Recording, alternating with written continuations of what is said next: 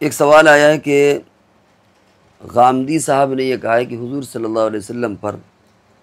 جادو نہیں ہوا۔ حدیثوں میں آتا ہے کہ حضور علیہ السلام پر بھی جادو کیا کہ اس کا اثر بھی ہوا۔ اس کا یہ کہنا ہے کہ جادو نہیں ہوا کیونکہ اگر نبی پر جادو ہو جائے گا تو پھر معیار کیسے باقی رہے گا کہ یہ قرآن ہے اور یہ حدیث ہے اور کیا ہے کیا نہیں ہے، جب نبی پر ہی جادو ہو گیا اور نبی ہی نعوذ باللہ اول فول کچھ کہنے لگے یا اسے یاد نہ ہو کہ ہم کیا کہہ رہے ہیں کیا نہیں کہہ رہے، تو پھر کہاں کا قرآن اور کہاں کی شریعت،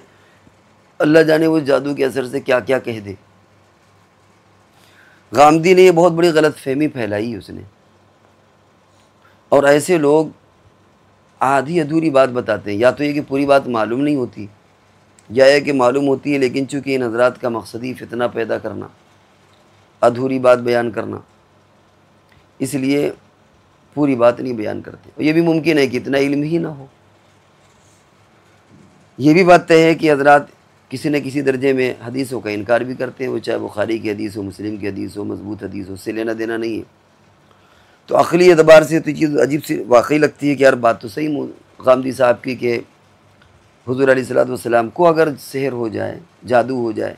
تو اللہ جانے آپ مجھ سے کیا چیز نکالیں، وہ قرآن لوگ اسے بنا دیں، اسے حدیث بنا دیں، تو پھر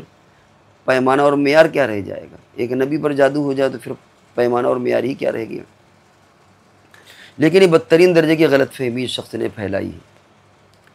جواب یہ ہے کہ جادو کا اثر ہوا تھا،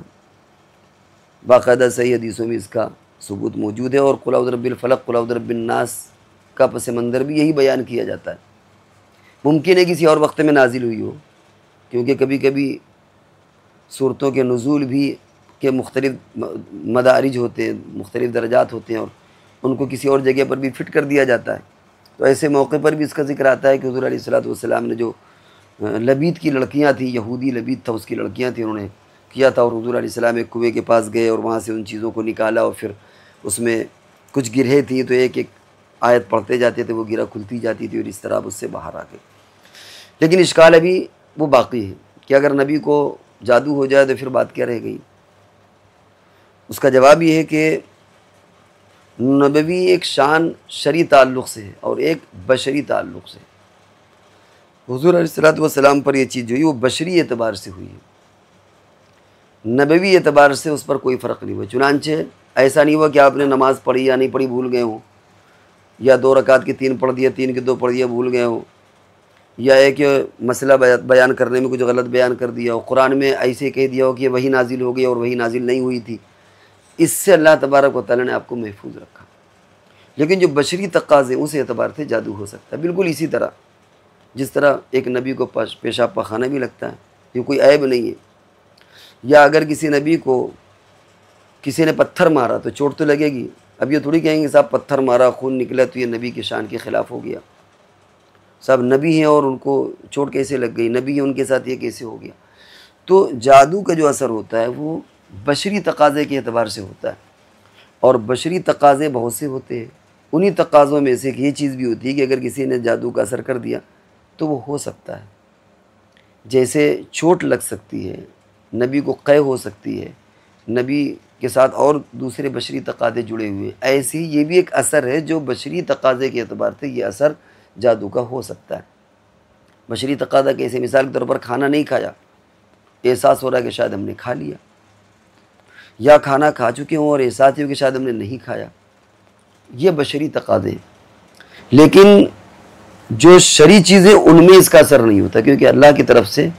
گارنٹی لی جاتی ہے، اللہ کی طرف سے نبی کو پروٹیکشن فراہم کیا جاتا ہے۔ تو ایسا نہیں کہ جادو کے اثر سے قرآن کی کوئی آیت نہیں تھی اس کو بنا کر کے نبی نے پیش کر دیا، یا یہ کہ ظہور ہو جائے کہ شاید مجھ پر وہی آ رہی حالانکہ وہی نہیں آئی۔ ان چیزوں پر جادو کا کوئی اثر نہیں ہو سکتا۔ ہاں لیکن یہ جو بشری تقاضے ہوتے ہیں، جیسے چوٹ لگتی ہے، نبی کو بھوک پیاس لگتی ہے، ایسے ہی اگر کوئی آدمی جادو کرے تو اس کا اثر ہو سکتا ہے، اور اس کا اثر جسمانی اعتبار سے ظاہر ہو سکتا ہے، روحانی اعتبار سے نہیں، جسمانی اعتبار سے اس کا اثر ظاہر ہو سکتا ہے، اور وہ حدیثوں میں آتا ہے کہ ایسا ہوا۔ تو یہ جو ادھوری بات کہی اور ایک ذہن میں بات کی گئی کہ نبی کے ساتھ اگر ایسا ہو گیا تو شریعتی چرمرا کر کے رہ جائے گی، شریعتی ختم ہو جائے گی، یہ بدترین درجے کی خیانت ہے۔ پوری بات بیان کرنا چاہیے۔ اب جو چیز حدیثوں میں موجود ہے تو اس کا انکار تو نہیں کیا جا سکتا۔ یہ حضرات در پردہ حدیثوں کا انکار کرتے ہیں، اور اس کے لیے سائیکولوجی چیزیں ڈھونڈ کر کے لاتے ہیں